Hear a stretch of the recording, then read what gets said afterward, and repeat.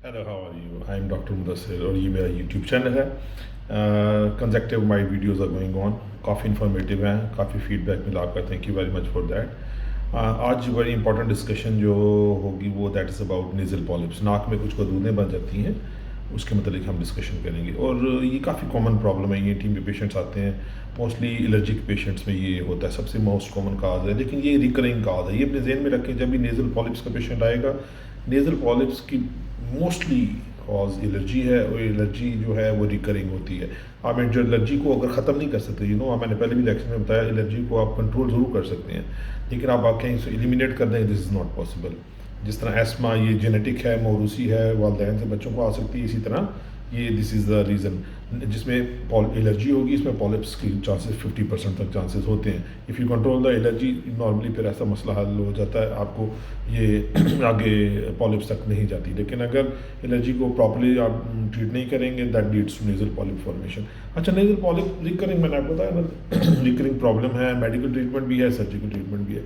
लेकिन पहले ये आप पता होना चाहिए कि प्रेजेंट कैसे करता है। प्रेजेंटेशन इसकी नॉर्मली नेज़ल कंजेशन, नाक बंद होगी with secretion in the nose again and again, और थ्रोट में पोस्टल ड्रिपिंग होती है, और फेशियल हेडेक्स होंगे, फेशियल फुलनेस होगी, क्योंकि देखिए ये नोज एंड साइनसिस का आपस में कनेक्शन है। कनेक्शन साइनसिस फ्रंटल, मैक्सिलरी और आंखों और ये नोज़ के दरमियान में इथमाइड्स होते हैं। तो इस तरह ये पॉलिप्स भी अकॉर्डिंग टू दिस साइनसिस के मुताबिक होते हैं।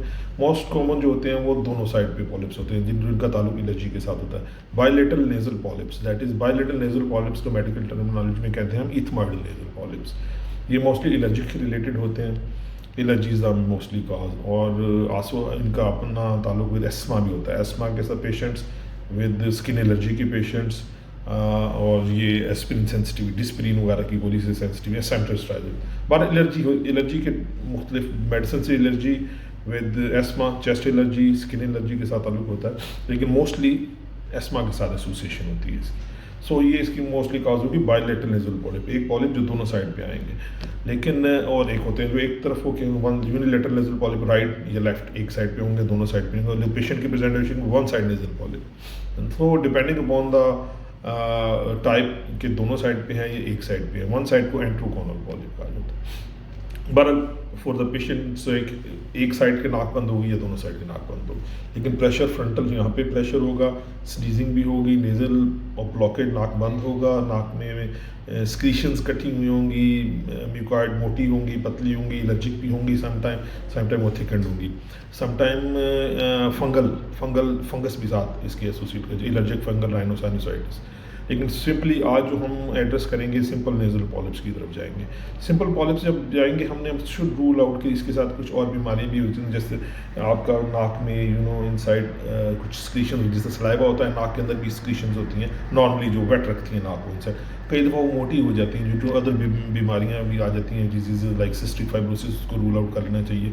नाक के अंदर देखिए हमारी स्क्रीशंस पीछे गले में जाती हैं, देयर इज कंटिन्यूस सीलिया, लाइक जैसे हेयर है ना, इस तरह के अंदर छोटे माइक्रोस्कोपिक सेल्स होते हैं जो नाक की स्क्रीशंस को आगे नहीं पीछे से गले से में जाते हैं, स्टमक में लेके जाते हैं। नॉर्मली हम अबाउट समझ लें कि 3 गिलास पानी हम नाक की स्क्रीशन गले से होती हुई हम अपने मैदे में लेके जाते हैं डेली नॉर्मल। जब ये मोटी हो जाती है, म्यूकॉइड हो जाती है, फिर वो देखना होता है एलर्जिक है, वो सिस्टिक फाइब्रोसिस और किसी रीज़न से है, ये किस वजह से है। सो नॉर्मली हम इतनी लेके जाते हैं, लेकिन वो थिन होती है, हम फील नहीं करते। अच्छा, नेक्स्ट हम आ जाते हैं कि क्या इसको डिपेंड करता है साइन सिम्टम्स की प्रेजेंट कैसे करता है पेशेंट, डिपेंडिंग कि पॉलिप्स ज़्यादा हैं, कम हैं, बहुत ज़्यादा है, सीवियरिटी क्या है, और ये ग्रेडिंग कहते हैं, इसमें मुख्तलिफ ग्रेड्स होते हैं, ग्रेड 1, ग्रेड 2, ग्रेड 3, ग्रेड 4, मतलब थोड़ा सा है बिल्कुल। हम एंडोस्कोपिक के ये अच्छा, जब याद रखें, इसको एंडोस्कोपिकली देखा जाता है। हम नेजल एग्जामिनेशन अगर आप जा रहे हैं, टी वाला हुआ, अगर वो पुराने तरीके से या स्पेक्ट्रम डाल के देखेगा, that is not gonna work.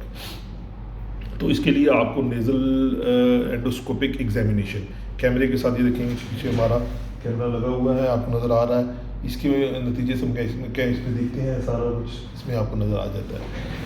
Endoscopic nasal examination, जिसमें कैमरे में अटैच करके हम पेशेंट्स को भी दिखा देते हैं, खुद भी, लेकिन अगर हम पेशेंट नहीं भी है, लेकिन डॉक्टर्स को उसका एग्जामिनेशन मस्ट एंडोस्कोपिक एग्जामिनेशन करना चाहिए उसका, ठीक है। तो पेशेंट इसके अलावा रात को स्नोरिंग के साथ प्रेजेंट करेगा, खराटे लेता है, और इसके साथ साथ वो सबसे इम्पोर्टेंट है कि वो कई वक्त मुझे नाक में स्मेल नहीं आ रही, एनोस्मिया, स्मेल का चले जाना। सो नेजल ऑब्स्ट्रक्शन, एनोस्मिया, स्नोरिंग, नाक में रेशा, पीछे गले में रेशा गिर रहा है, वो एलर्जी के साथ भी एसोसिएटेड होता है। लेकिन नेजल पॉलिप्स में obstruction with D nasal voice, जैसे आपका नाक बंद है, मेरा नाम ये, इस तरह की आवाज़ आएगी, जैसे नाक टोटल बंद है and patient is talking through the mouth. So D nasal voice कहते हैं, नेजल ट्वैंग आनी शुरू हो जाती है, आवाज़ में बोलने में नाक की क्वालिटी आनी शुरू हो जाती है। अब जल्दी से हम आ जाते हैं कि क्या नेज़ल पॉलिप्स के लिए ब्लड टेस्ट करना चाहिए। नॉर्मली ज़रूरत नहीं है ब्लड टेस्ट की। जो ब्लड टेस्ट करवाए जाते हैं, अगर ऑपरेशन करना है तो प्री ऑपरेटिव एनेस्थीसिया के लिए कराए जाते हैं, नेज़ल के लिए नहीं है। एलर्जी के लिए आप टेस्ट करवा सकते हैं, जैसे मैंने बताया था इम्यूनोग्लोबुलिन ई के टेस्ट, ब्लड के टेस्ट कराया जाता है, इसमें ज़रूरत नहीं है। एक्सरे की ज़रूरत है, एक्सरे करवा लेने चाहिए। हो अगर नहीं है CT स्कैन अवेलेबल तो एक्सरे में एक रफ आइडिया हो जाता है। लेकिन x ray PNS, nose and paranasal sinuses x ray अब ऑब्सोल्यूट हो गया। आप जो कहते हैं direct CT scan nose and paranasal sinus, नाक का CT स्कैन करवाएं, उसके ऊपर आप जाएंगे। कुछ कहते हैं MRI कराएं, it's okay, you can go for CT scan और MRI wherever the availability is. So endoscopic examination followed by CT scan, best diagnostic tool आपका ये दोनों हो गया। साइन सिम्टम और ट्रीटमेंट मोस्ट आप याद रखें, अगर एलर्जी है तो मोस्टली आपने एलर्जी को कंट्रोल करना है। अच्छा, अब मैंने आज जैसे आपको बताया, यूनिलेटरल नेजल पॉलिप्स, एक तरफ के नेजल पॉलिप होते हैं, वो एलर्जी काज नहीं होते। यूनिलेटरल नेजल पॉलिप की काज एलर्जी नहीं है, मोस्टली अननोन। कुछ कहते हैं इन्फेक्शन, लेकिन मोस्टली अननोन।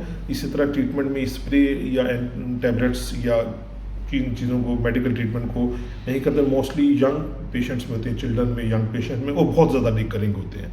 और जब भी नेज़ल पॉलिप्स को ऑपरेट किया जाएगा, उसको टेस्ट ज़रूर कराया जाएगा, बायोप्सी, टू रूल आउट कोई न्यूप्लास्टिक तो नहीं है, कोई ट्यूमरस तो नहीं है, ट्यूमर तो नहीं है अंदर बन के। सो इसको रूल आउट करना बहुत ज़रूरी है।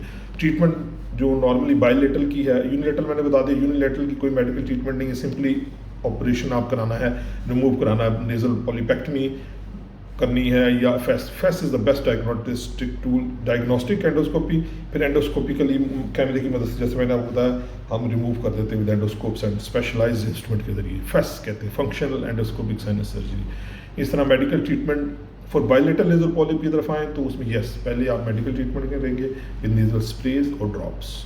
एंड डिफरेंट टाइप के नेजल स्प्रेज पाए जाते हैं, steroidal nasal spray, but very effective, very good. Nasal drops are more effective if available. In UAE, Middle East, they are not available. Drops are not available. Steroidal nasal drops are not available. They are available in Pakistan with the name of Betnisol. In UAE, Middle East, Saudi Arabia, and other countries, they are not available. Nasal sprays are available, so use the nasal sprays. Different nasal sprays हैं, and antihistamine tablets आप लेंगे साथ, मोन्टेलिकास लेंगे, steroids you can give steroids. Different 20 mg से लेके 50 mg per day के लिहाज से, मतलब डॉक्टर एडजस्ट करेगा। इतनी स्टीरॉयड ओरल टैबलेट्स भी ऐड करती हैं, वो रिड्यूस कर देते हैं। इसका तो मेडिकल पॉलीपेक्टमी जब दवाइयों के साथ देते हैं, 50% ऑफ पेशेंट को अच्छा रिलीफ मिल जाता है, बल्कि गायब हो जाते हैं। I saw a lot of patient जिसमें मेडिकल ट्रीटमेंट से ही पॉलिप्स रिग्रेस हो गए और ऑलमोस्ट गायब हो गए। सो सर्जरी की तरफ नहीं जाना पड़ा। सर्जरी में अगर जाना होगा, जस्ट आपको जो करना है, most important thing is face की तरफ जाएंगे। फेस से हम एंडोस्कोपिकली तमाम पॉलिप्स रिमूव कर देते हैं, नेजल प्रेगनेंसी बना देते हैं, अच्छी तरह क्लीन करते हैं, इथमॉइड भी क्लीन, इथमॉइडेक्टमी करते हैं, स्फीनॉइड तक हम सारी क्लियर्स करते हैं। नाक से इथमॉइड, मैक्सिलरी और पीछे स्फीनॉइड होता है, उसको सब क्लीन करके सिंगल कैविटी जो अच्छी तरह, और लेकिन अंदर हम उनका म्यूकोजा प्रिजर्व करते हैं। So it is very good modality.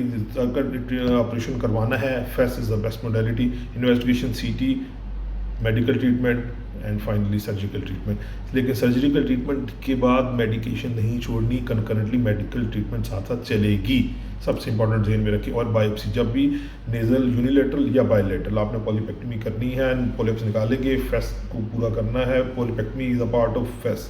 Polyp निकाल के इथमॉइडेक्टमी करके जब भी जो स्पेसिमेन निकालेंगे, उसको हिस्टोपैथोलॉजी करानी है, लाजिम इसको बायोप्सी के लिए भेजना है।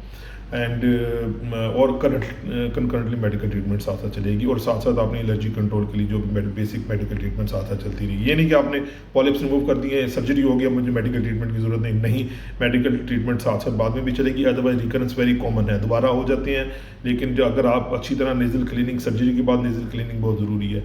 इसके अलावा मेडिकल ट्रीटमेंट में आप ज़रूर ऐड करें जो सीलाइन नेजल वॉश है। घर में भी बना सकते हैं कि आप 4 ग्लास ऑफ वाटर, 1 चम्मच नमक का, बेकिंग सोडा जो है 1/2 स्पून वो ऐड करके नाक की क्लीनिंग मेडिकल ट्रीटमेंट से, मतलब स्प्रेज ड्रॉ या ड्रॉप्स ले रहे हैं, मेडिकेशन दे रहे हैं और मोटिलकॉस भी ऐड करके और क्लीनिंग भी नाक की सिक्रीशंस को जरूर साफ करते हैं। So this is my very lecture on this. मेरा उम्मीद है आपको पसंद आया होगा। बेसिक इन्फॉर्मेशन मैंने आपको दी है।